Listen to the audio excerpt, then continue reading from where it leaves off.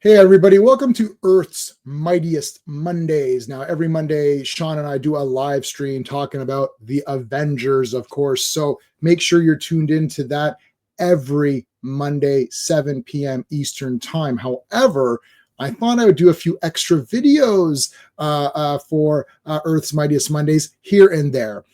So I think we're going to start off with one of the most popular Avengers characters. Now, for me, Captain America is always, of course, the leader of the Avengers. But because of the MCU and the success of Robert Downey Jr. playing Iron Man, Iron Man has really seen a really big kind of like resurgence, and they're on volume 8 or something or whatever of his comics.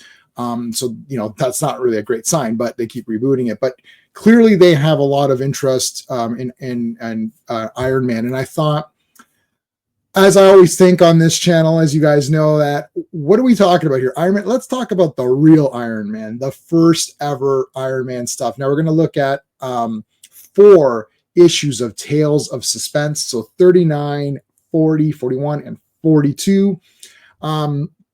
Grab these on a digital collection way back when they had a Comixology sale on Iron Man comics. It was probably to promote either one of the first couple Iron Man movies or whatever it was. So I was able to grab these. So this is Tales of Suspense number 39, the first appearance of Tony Stark, Iron Man. Here he is in the gray costume. And let's go. Iron Man is born. Now, this is the Vietnam War. It's not, I don't know what did they say for the movie? I can't remember. It was like the Gulf War or something. Whatever it was at the time. But this one, it shows that Tony is a weapons designer. So just like the movies show.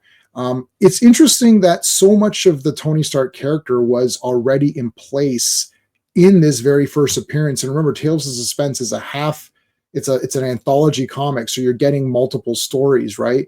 It pretty much becomes Iron Man and Captain America for the remainder of the run. And then Captain America actually takes over the book in the numbering, and Iron Man gets his big premiere issue number 1, which I eventually will cover as well, because I did buy all of those.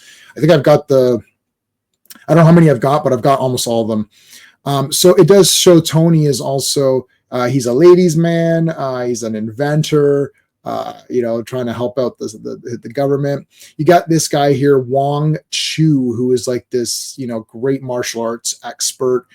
He's a villain, I'm not going to make these videos super long. We're going to just kind of briefly go through a lot of these comics just to give you guys a little bit of a backstory on it. So Tony Stark here is captured, and just like the movie show, they want him to build weapons. Now, the shrapnel, it's a complete accident where the shrapnel here, he trips a wire. You can see trips a wire there. The shrapnel is going to his heart. It is going to kill him, just like the movie. So the movie's pretty much got it right. They just changed the ethnicities or whatever. The Chinese doctor gets thrown down here. I can't remember. I haven't seen that first movie in a while. I think maybe it was an Indian doctor or something. But anyways, a Chinese guy here to build this. Tony Stark does build something to prevent the shrapnel from killing him by going into his heart. Now, in this iteration, in this first comic here, you see it's a big, huge chest plate with the reactor, the arc reactor kind of in the chest there, but it's very large. So the idea presented in this first comic is that Tony must always wear the full suit of armor. Later on in the very next issue, they switch it to it's just the chest armor he needs to wear. So obviously throughout this series as it goes, it's going to get smaller, right? To the point where it'll look like the movie where he just has the one little arc reactor thing in there to keep his heart okay.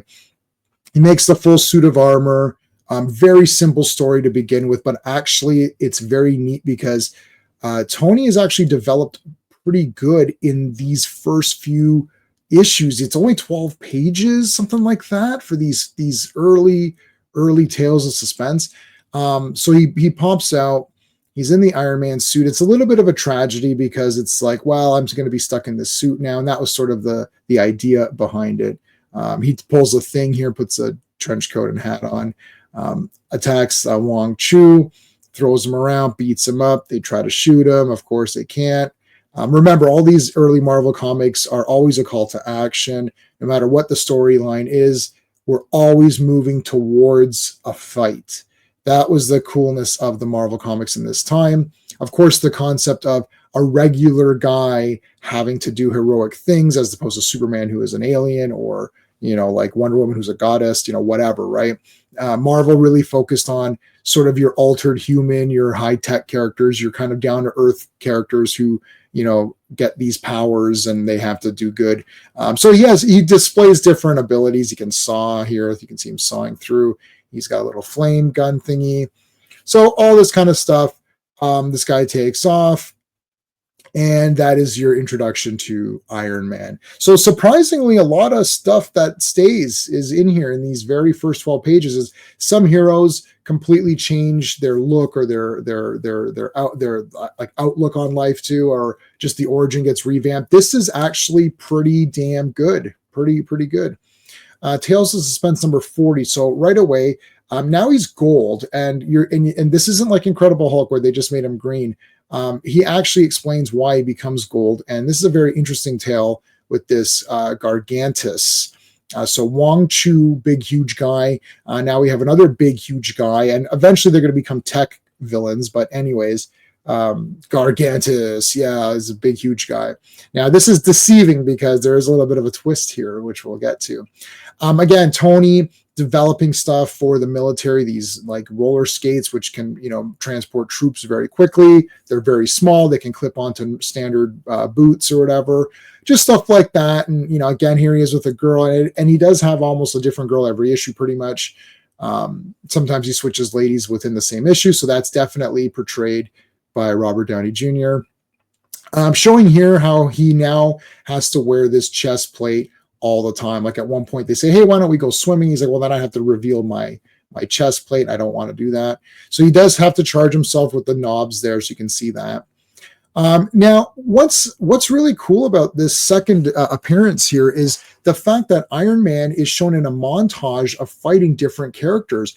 So what they're doing here is that we're building a rogues gallery, and we're building a reputation for Tony Stark in one comic. So it's not one adventure per comic. This comic is saying that there's already been many adventures of Iron Man stopping many criminals. And this is really cool. I can't remember anyone else doing this, sort of fast tracking Iron Man's popularity and status as a hero. I think it's kind of cool. The briefcase. Yes. Look at this, guys. This briefcase, this is a standard Iron Man trope, the briefcase that contains the suit. This is the second appearance. Wow, absolutely fantastic. The creativity here is great. Iron Man puts on his suit. What's funny here is that people actually think it's like, oh, he seems kind of scary because he's like this big, huge gray monstrosity walking around. And they're like, well, we know he's a hero because of his past adventures, but he looks kind of scary. So Tony overhears that and is going to play a part in his costume change. Some animals are loose. He kind of like throws them back. Again, every issue has uses of his power. So he's got this flash, this kind of blinding light burst effect. Pretty neat. Talking again to this lady here that he met. Now she's the one who says, oh, he should change his costume around. He's too scary. So Tony takes that to heart, and he's like, you know what? I'm going to make myself gold. So he paints it gold. Pretty cool. So now they go to, there's a mysterious wall on Granville, and it's basically blocked in everybody. Now, one of Tony's girlfriends is in there. So he goes as Iron Man and digs underneath and comes out, smashes through, and finds that everyone is worshiping this weird Gargantus character. Looks like some sort of like Neanderthal man or something. So they're like, okay, that's weird. Like, how did this Neanderthal guy, take over this entire place?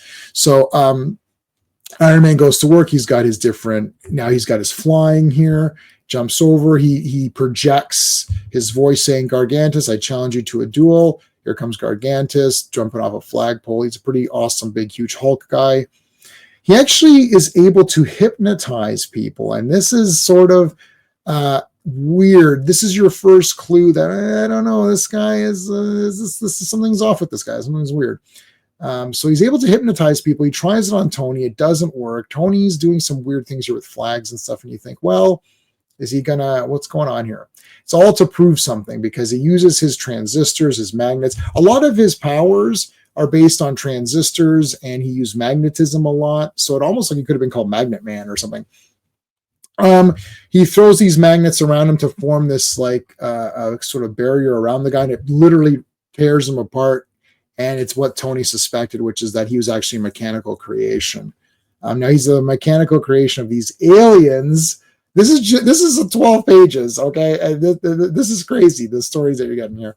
There's an alien guys up here controlling this thing, thinking that they're going to take over Earth by hypnotizing them with this Neanderthal man guy. It's so weird. I love it. I love these Silver Age books. So the aliens get scared. They're like, oh shit, there's like an Iron Man guy down here. Okay, we're taking off. That's it. Wow, that was awesome. What a great issue. Let's move on to issue number 41. Doctor Strange. What? That's not the official Doctor Strange. This guy is he's not Doctor Strange. No, he's an evil scientist whose redeeming quality is that he does love his daughter, which is explained in this comic. Iron Man again, now fully on the cover with his gold armor. All right, let's continue on here. The Stronghold of Doctor Strange. Yes. Great plot by Stan Lee. So plot means that the overall story, and then the script would be actually what's written here. Art by Jack Kirby. Who's that? Come on, people. Let's go. All right. Great panel here. Getting shot. Iron Man getting shot. There's a children's hospital charity event. Tony Stark has donated $100,000, which back in that time would have been crazy. That's a lot of money.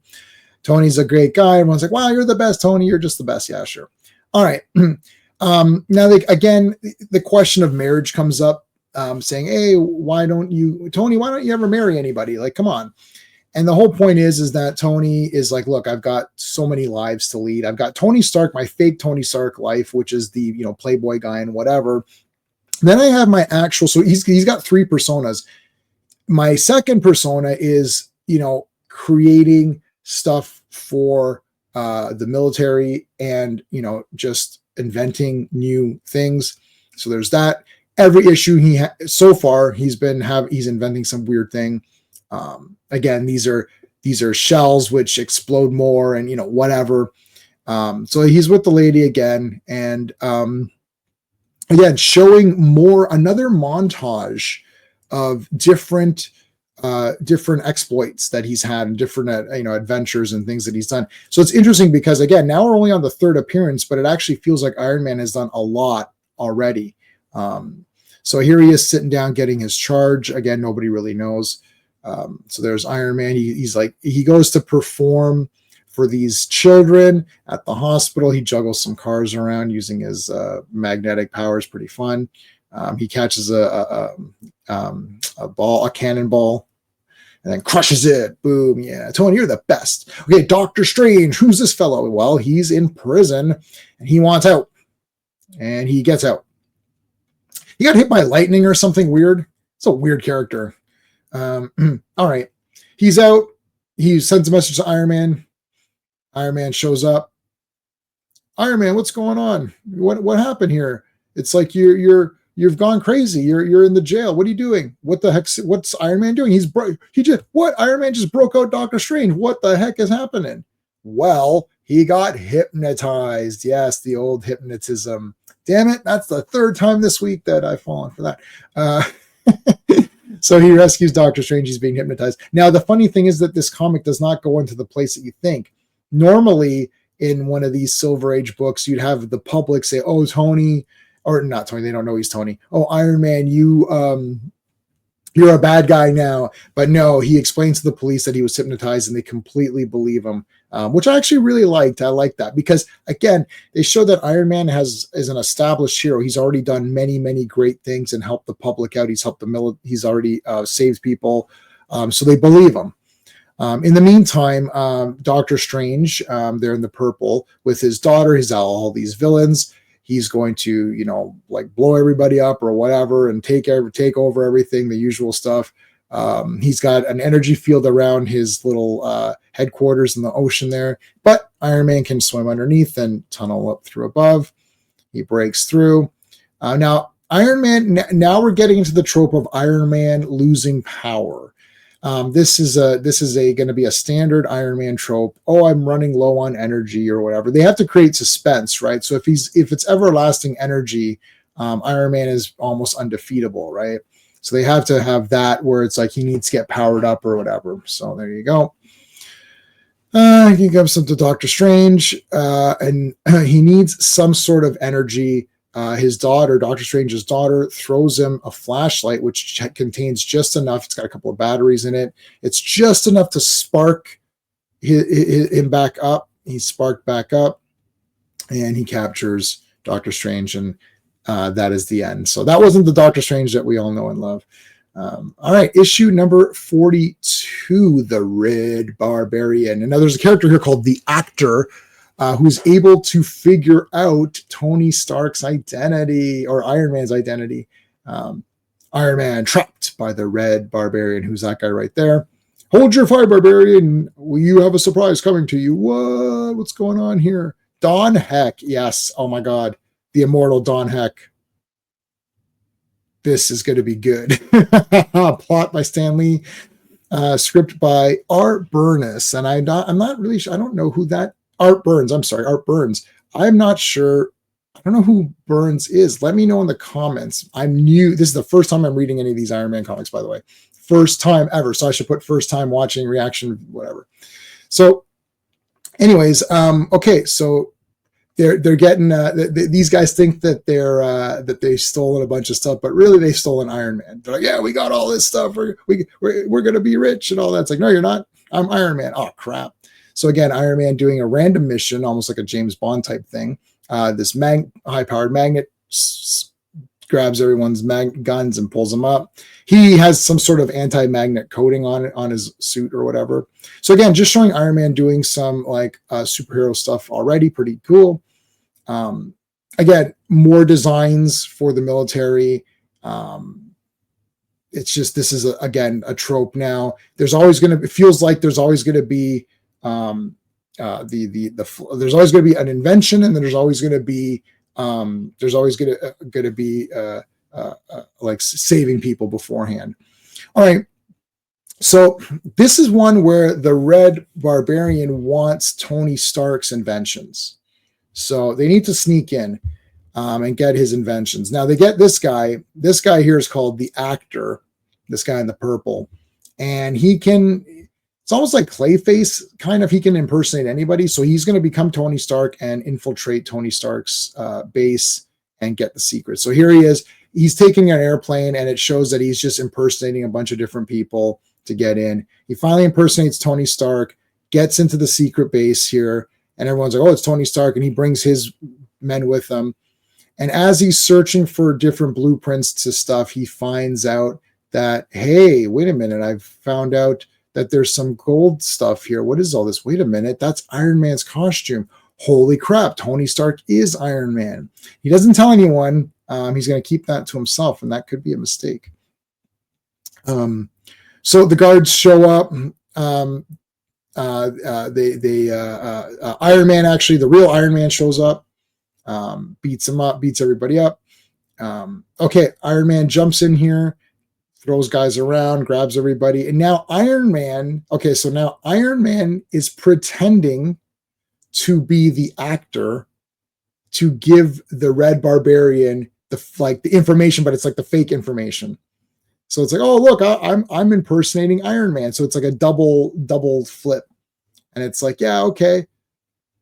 Here you go. Now the real Actor, and then Tony Stark takes off. The real Actor actually shows up, and the Red Barbarian doesn't believe him. And then he's like, oh, but I know who Iron Man really is. And like, this guy's an imposter, shoot him. So they shoot him. That's it. So the secrets of Iron Man's identity dies with that guy. So there you go. I'm only covering the first 4 issues of Tales of Suspense with Iron Man. So this is the first time I'm reading these. It's not. I read these maybe like, I don't know, like years ago. I read a few of these. I skimmed some of them. I read a little bit of Iron Man. I think I started with Iron Man 1. So big premiere issue. I read about maybe 20 issues of that, but I never read these Tales of Suspense. I think I did read the origin just to cover it on one of my reviews for Iron Man or something. But I never read these fully properly. I never read them and thought them through. I kind of skimmed through. Oh, looks cool. Yeah, okay. So first time read. It's very cool to kind of discover all this. I wasn't a big Avengers guy. All of the streams that we're doing every Monday, I'm reading it for the first time now. We're into issue 50 of, depending on when you see this video, we're already into issue 50 of Avengers. It's great reading them from number 1 for the first time. And it's great to do these Tales of Suspense. I did read Iron Man 1 to 20 or something like that before. So I of course I've read some of it, but never from the beginning. And that's what I really wanted to do here. So let me know in the comments if you like this format. This is not a live stream the way we normally do. It's just me talking. It'll be about 20 minutes or so, 4 issues. Let me know what your thoughts are on Iron Man. Give me the breakdown. Like, let me know what I'm missing. Like, who are some of these people? Obviously, Stan, Jack, Don Heck. We know these guys. I don't know everybody that worked on Iron Man. I don't know all the marks, the Mark 1 suit, the Mark. Is gold Mark 2 or is it Mark 1.5 or something? Like, I don't know any of that kind of stuff. So it's really neat. I always thought Iron Man is one of the coolest looking characters. I think Spider-Man for Marvel is their top, like, coolest looking character. I also think Hawkeye is very high up for me. Iron Man is also very high up for me. Vision is very high up for me. Those are kind of my top coolest looking characters. And I've read many West Coast Avengers comics with Vision and all that, but never Iron Man. So it was a character I always wanted to get into. I recently purchased Iron Man issue number 2. And it got me into a little bit of an Iron Man hype. I have a lot of Iron Man toys, actually, because I love the character's look. And I do like Robert Downey Jr. as Iron Man. So that's kind of fueling this, sort of exploration of this character, going back to the roots of it. So let me know what your thoughts are, guys, and thank you for watching. Make sure you like and subscribe. Check us out every Monday for Earth's Mightiest Mondays. Until next time. Hey friends, you've just been listening to J-Man, and he is the smartest person who ever lived. So make sure you like and subscribe.